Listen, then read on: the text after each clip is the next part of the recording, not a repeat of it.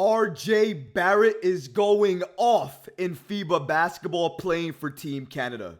If you've been watching, RJ Barrett has looked like one of the best players on the floor, not only giving key baskets when his team needed them, but down the stretch, being clutch for his team and coming through in key overtime victories against some of the best competition in FIBA basketball, against Germany and against Spain. So much so that Team Canada's head coach, Jordi Fernandez, spoke out about RJ Barrett and how good he's been for Team Canada. We're going to break down all of this and so much more today. Let's get started. RJ Barrett is going off in FIBA. Now, I don't know if you guys have been catching the FIBA basketball games, and I know they're exhibition games right now. They are set to play the World Cup very, very soon, as early as next week, I believe. So watch those games and definitely keep an eye out for those, especially if you're a Knicks fan and want to see some of your Knicks players play in these upcoming games. But back to RJ. RJ Barrett is part of Team Canada, and if you take a look here, there are several notable names on the Team Canada roster, but these are the main names that were on the roster and likely supposed to start. You had Jamal Murray, who did not compete, and then you have obviously RJ Barrett, SGA, Dylan Brooks, and then Kelly Olynyk for Team Canada. And these are the people that they called to play for them on this international stage. RJ Barrett, remember, is set to enter his 5th season with the New York Knicks. And obviously, he's using this stage as one of the platforms to showcase his game, what he can do, and how he can thrive. And I'm telling you guys, if you've been watching these exhibition games, RJ Barrett has looked like one of the best players on the floor.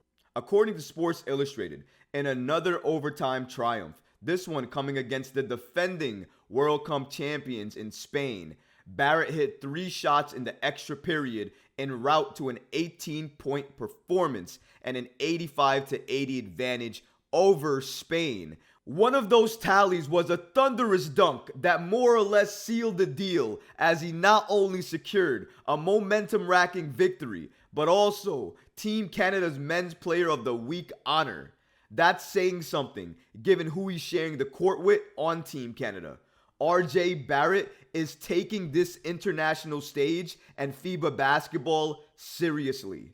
Not only is he coming into each and every game focused and ready, but he's playing to his strength. He is shooting threes, but only when wide open. And if he's not wide open, he's taking you off the dribble and going into the paint, either shooting a mid-range floater, taking contact and making the shot, getting an and one, or going into the defender and making sure he takes that contact and doesn't alter his shot and he still gets the basket to go.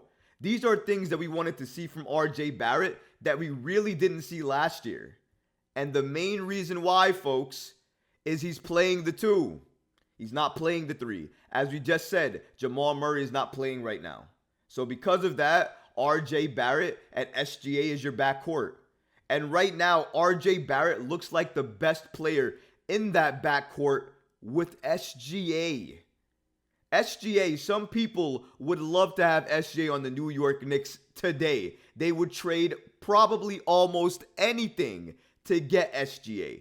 And RJ Barrett is outperforming him in FIBA basketball. Now, I know what you're going to say. It's only FIBA basketball. It's not NBA level competition. It doesn't matter. They just beat Germany and Spain. Germany and Spain have actual NBA talent on them. Germany and Spain are 2 of the best teams in FIBA basketball, along with Team USA. Team Canada is also one of those great teams up there as well, too. They beat them both in OT. RJ Barrett was a prominent point in beating them in OT. He did it primarily at playing the 2. RJ Barrett, there is no excuse anymore. Yeah, he can play the 3. Yeah, he can probably play a few spot minutes at the 4. It's not about if he can play those spots. It's should he play those spots. He shouldn't.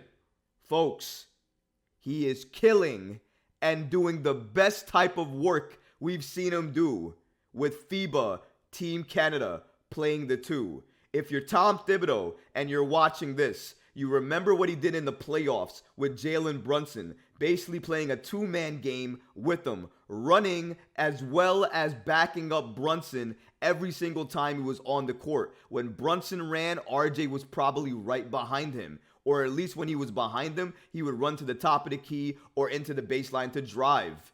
That's exactly what Brunson needed while he was penetrating. They play together well. We saw it in the playoffs. So if Tom Thibodeau is looking at this, there's no way to deny RJ needs to play the two. And he needs to do that as early as next season. Because in my opinion, that's how you unlock and get the best version of RJ. If you don't play RJ at the two, I think it's criminal. Because look what he's doing right now. How can you not see this and think to yourself, yeah, it's cool, let him play the three? And if anybody thinks there's no difference between 2 and 3, let me tell you the main difference. A 3 is a wing. A wing needs to play two-way ball more than anybody else on the court. You need to score effortlessly, but within the flow of the game, but you need to defend so well. You need to be able to do that at a high level. RJ Barrett is not the best defender.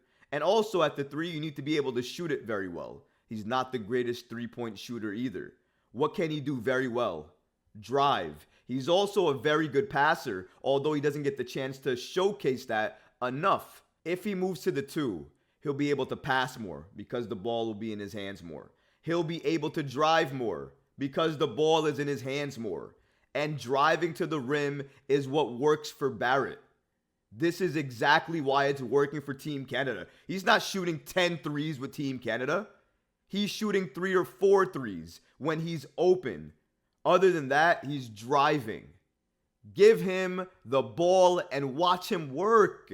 Team Canada's head coach basically echoed my sentiments about RJ Barrett. According to Sports Illustrated, Canada World Cup's coach on RJ Barrett states the following: Barrett makes my life easy. Team Canada's head coach Jordi Fernandez sang the praises of New York Knicks star RJ Barrett after he came through in the clutch in a pair of exhibition upsets en route to the FIBA World Cup. And that 2 upsets that he's talking about are against Germany and against Spain, 2 of the best teams in FIBA right now. And he did it in OT. And RJ Barrett was one of the key players in both of those victories. And that's something to say. Fernandez didn't stop there though. He stated the following about RJ Barrett and his game. According to Fernandez, so far he's made my life so easy. I don't have to call for him much. Here and there, I do give him a play, but he just finds everything within the offense, and that's extremely valuable. I'm very happy with RJ and his performance so far. And why wouldn't you be? RJ Barrett is killing it in FIBA. He is tearing it up. SGA is his running mate, and we're still talking about RJ Barrett because RJ Barrett is going off. Arguably, RJ Barrett in the backcourt has been the better player in the backcourt than SGA. I am not joking. We're going to get to the numbers in a second. But listen to what Fernandez is saying here about RJ Barrett. His game, what he's able to do, and what Fernandez even asked him to do. He doesn't call on him much. Maybe a here or there, gives him a play, RJ do this. But other than that, he lets RJ be him. He lets RJ play his game. He plays RJ at the 2. Do you see a pattern here? Let RJ be him. Let RJ work. But more importantly, put RJ back at the 2. The playoffs. FIBA basketball. What else do you need to see to believe that RJ can thrive at the 2 if you just let him play it? The Knicks don't have all the pieces right now to have RJ thrive at the 2. That's why they're doing this switching of he should play the 3. He can play the 4. No. He needs to play the 2 because that's where he will thrive and be the best for the New York Knicks.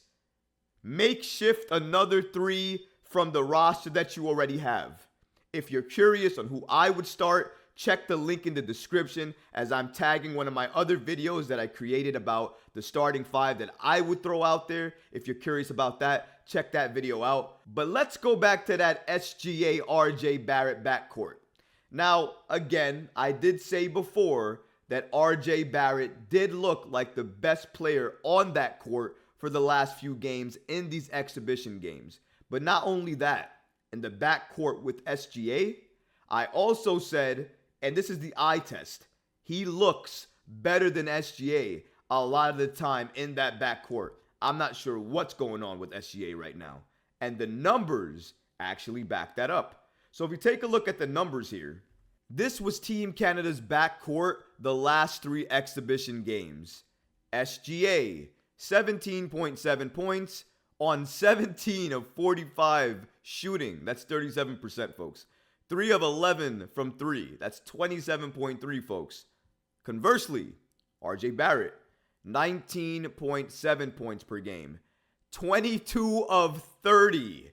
That's 73%, folks. That's efficient. 6 of 9 from 3. That's 66.7, folks. Gosh, that is very efficient. And the question that Knicks Muse is asking here on Twitter, is RJ Barrett taking on a lead role? First of all, the numbers would suggest yes. For Team Canada, yes. What RJ Barrett is doing right now is phenomenal. Not only 1 game, not only 2 games, over 3 games, he's shooting better than 70% and over 65% from 3. And he's shooting about basically an average of 3 threes a game. Perfect for RJ. That means the rest of his game is driving and attacking. Beautiful. I love it. Are you watching, Thibs? This is how you use him. This is how you use RJ Barrett. You run a few plays for him, but other than that, you let him play his game. And then his game will thrive. You play him at the 2 and watch magic happen. RJ and Brunson in the backcourt is a dangerous, lethal duo. And Team Canada's performance with RJ Barrett being one of the key players, especially on that team, should tell you why I'm right.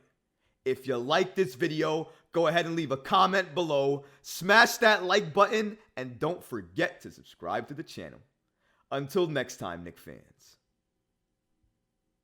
Peace.